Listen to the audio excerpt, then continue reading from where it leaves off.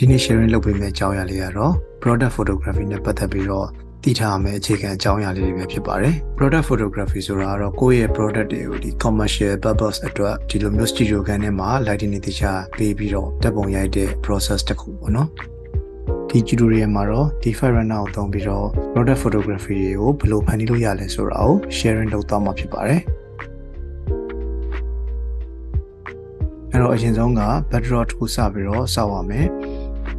backdrop ဆောက်ဖို့ဆိုရင်ကျွန်တော်တို့က unit setup အရေးကြီးတယ်ပေါ့နော်ဒီမှာတော့ကျွန်တော်တို့လက်မအောင်သုံးထားတယ်ပြီးွားရင်ဒီ side view တစ်ခုခုကနေ rectangle တစ်ခုဆွဲတယ်ဒီအလျားနဲ့အနံကို10ပေပတ်လည်လောက်ပေးလိုက်တယ်ပေါ့နော်ပြီးွားရင် edit rectangle ကို editable spline ကိုပြောင်းလိုက်တယ်ပြီးတော့ vertex level ဝင်ပြီးတော့အနားလေးကိုလုံးပေးဖို့လုပ်မယ်ပေါ့နော်တကယ်လို့အဲ့အနားကိုမလုံးထားဘူးဆိုရင်နေရံနဲ့ floor နဲ့စုံတဲ့နာမှာ shadow ဖြစ်နေမယ်ပေါ့နော် shadow ခိုနေလိမ့်မယ်ဒီလိုမျိုးအနားကိုလုံးပေးထားတဲ့အခါကျတော့မှပဲ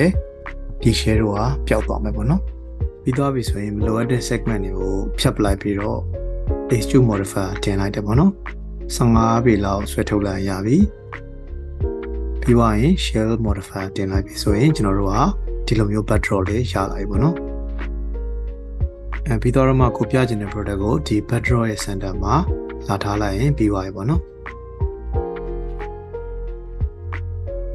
DeFi Runner ကို export လုပ်ဖို့ဆိုရင်ထုံးစံနိုင်မယ်ဒီ glow လေးကိုနှိပ်လိုက်မယ်ပြီးသွားရင် okay နှိပ်မယ်ပြီးသွားရင်ဒီဘက်ကcompatible method နဲ့ဝင်မယ်ပေါ့နော်အဲ့တော့ DeFi Runner ရောက်ပြီဆိုရင်အရင်ဆုံးက fly mode ကိုပြောင်းလိုက်မယ်ပေါ့နော်ပြီးသွားရင် camera တွေက auto exposure ကိုပိတ်မယ်ပြီးသွားရင် studio lighting ဖြစ်တဲ့ကြောင့်မလို့ကျွန်တော်တို့ daylight သုံးစရာမလိုဘူးအဲ့ဒါကြောင့်မလို့ဒီညဘက်ခြေကိုရွှေ့ထားလိုက်မယ်အဲ့တော့ဒီမှာလုံးဝမှောင်သွားပြီဆိုရင်ကျွန်တော်တို့ wire frame mode ကို on ပြီးတော့ lighting channel တစ်လုံးထွန်းလိုက်မယ်ပြီးသွားရင် DeFi access ထဲက material တွေမှာကိုလိုချင်တဲ့ material တစ်ခုခုကတ်လိုက်တယ်ပေါ့နော်နောက်တစ်ခုက product photography မှာဒီ studio light တွေရဲ့ characteristic ကလည်းအရေးကြီးတယ်ပေါ့နော်အဲ့တော့အဲ့မှာနံပါတ်1က intensity ပေါ့ intensity ဆိုတာကြတော့ကို product ပေါ်မှာကြောက်တဲ့အလင်းရဲ့ပမာဏကိုပြောတာအဲ့တော့အဲ့ပမာဏက lighting ရဲ့ intensity တန်ဖိုးပေါ်လဲမူတည်သလိုဒီ light နဲ့ကိုယ့်ရဲ့ object ရဲ့ distance ပေါ့နော်သူ့ရဲ့အကွာအဝေးပေါ်မူတည်ပြီးတော့လည်းပြောင်းလဲမှုရှိတယ်ပေါ့နော်ဒုတိယတစ်ချက်ကတော့ shadow ပေါ့နော်အဲ့တော့ shadow မှာကျွန်တော်တို့ကဒီ hard shadow ရှိတယ်ပြီးသွားရင် soft shadow ရှိတယ်ပေါ့နော် DeFi lighting တွေမှာတော့ lighting ရဲ့ size တွေလေ shadow ကပို့ပြီးတော့ sharp ဖြစ်ပြီးတော့ lighting ရဲ့ size ကြီးလာလေ shadow ကပို့ပြီးတော့ soft ဖြစ်လာလေပဲပေါ့နော်နောက်ဆုံးကတော့ lighting ရဲ့ color ပေါ့နော်အဲ့တော့ DeFi light တွေမှာတော့ကျွန်တော်တို့က color mode ရှိတယ်ပြီးသွားရင် temperature mode ရှိတယ်ပေါ့နော်အဲ့တော့ color mode ကတော့ကိုကြိုက်တဲ့ color ရွေးလိုက်ရုံပဲအဲ့မှာ hue တွေ saturation တွေ value တွေကျွန်တော်တို့ adjust လုပ်လို့ရတယ် temperature mode မှာတော့သူ့ရဲ့ temperature က6500ဆိုရင် lighting အဖြူပေါ့နော်6500အောက်ရောက်လေဝါလာလေ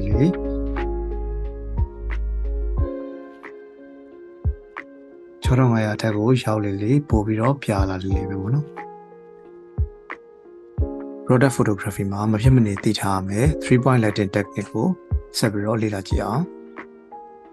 3 point lighting technique မှာ main light ရယ် fill light ရယ် back light ရယ်ဆိုပြီးတော့ lighting 3မျိုးပါတယ်ပေါ့နော်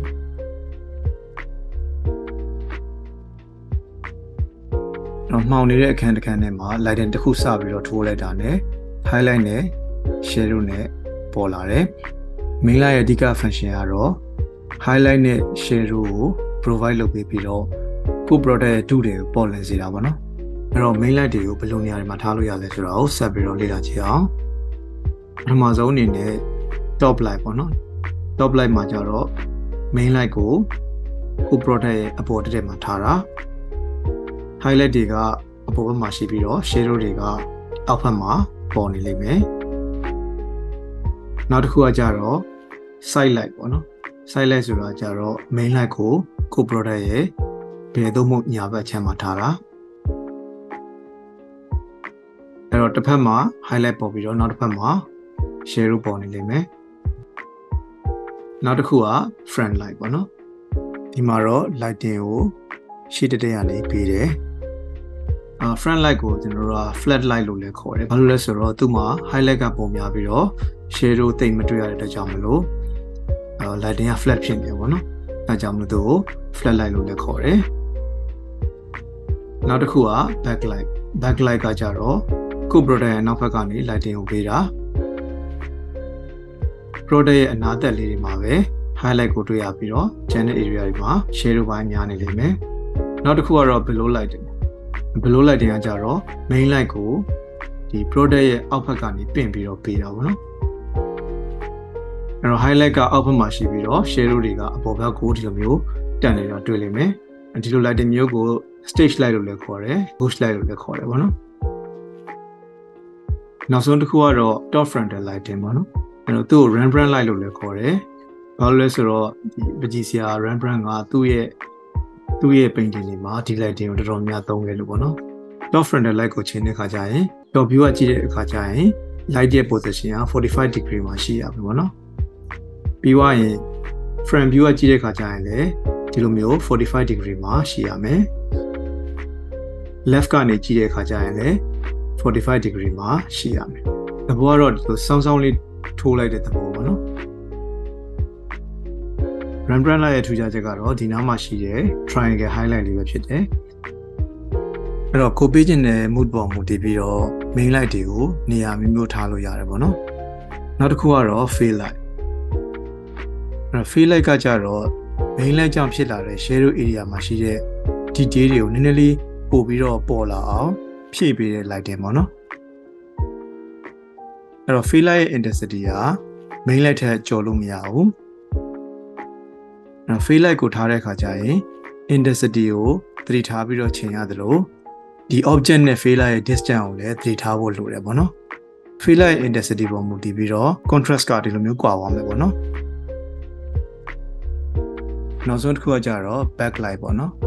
backlight ကို separation light လို့လည်းခေါ်တယ် kicker light လို့လည်းခေါ်တယ်အဓိကတော့ background နဲ့ကိုယ့်ရဲ့ product နဲ့ကို separate ဖြစ်သွားအောင်ပေးရ light တွေပေါ့နော် backlight ပေးတော့မယ်ဆိုရင် main light နဲ့ fade light နဲ့ကိုခဏလေးပိတ်ထားတော့ပို့ပြီးတော့အဆင်ပြေတယ်ပေါ့နော်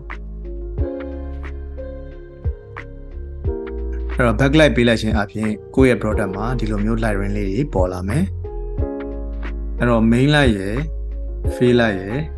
backlight ရယ်ပေါင်းလိုက်ပြီဆိုရင်ဒီဟာက 3 point lighting setup တစ်ခုဖြစ်သွားပြီပေါ့နော်အဲ့တော့ခုနလိုမျိုး intensity တွေကစားသလိုမျိုးပဲကျွန်တော်တို့ကဒီ light ရဲ့ color တွေကိုလည်းကစားလို့ရတယ်ပေါ့နော်ဥပမာအားဖြင့် main light ကိုအပြပေးပြီးတော့ဒီ fade light တွေ backlight တွေကိုသူ့ရဲ့ complementary color ဖြစ်တဲ့အဝါလေးဖောက်လိုက်တဲ့အခါကျရင်ဒီလိုမျိုးပုံကပို့ပြီးတော့ကြွလာတာကိုတွေ့ရလိမ့်မယ်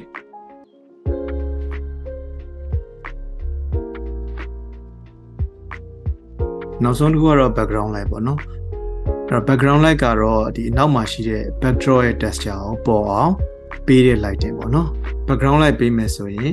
အရင်ဆုံးက backdrop မှာ texture တစ်ခုခုရှိဖို့လိုတယ်ပြီးသွားရင်တော့ဒီမှာတော့ကျွန်တော်တို့ဒီ sphere light ပေါ့နော် sphere light ကိုသုံးပြီးတော့ backdrop နားမှာသွားပြီးထားပေးတယ်ပြီးသွားရင်ဒီ size တွေပါတွေ adjust လုပ်ရမယ် intensity ကြတော့နည်းနည်းလေးပဲပေါ့နော်ခပ်ပပလေးပဲကိုလိုတလောက်လေးပဲပေါ်ယုံပေးလို့ရတယ်ပြီးသွားရင် color temperature ကိုလည်းကိုလိုချင်တဲ့အနေထားရအောင်ပေးလိုက်တယ်ဆိုရင်ဒီလိုမျိုးရလာပါတော့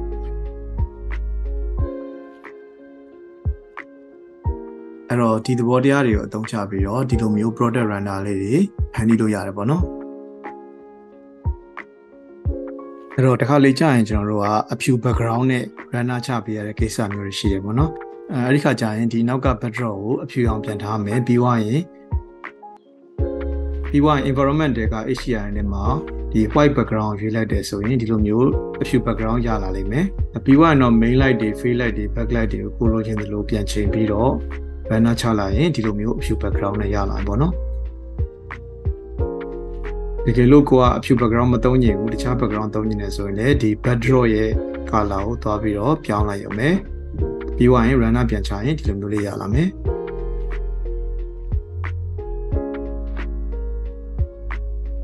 အဲ့တော့ဒီလောက်ဆိုရင်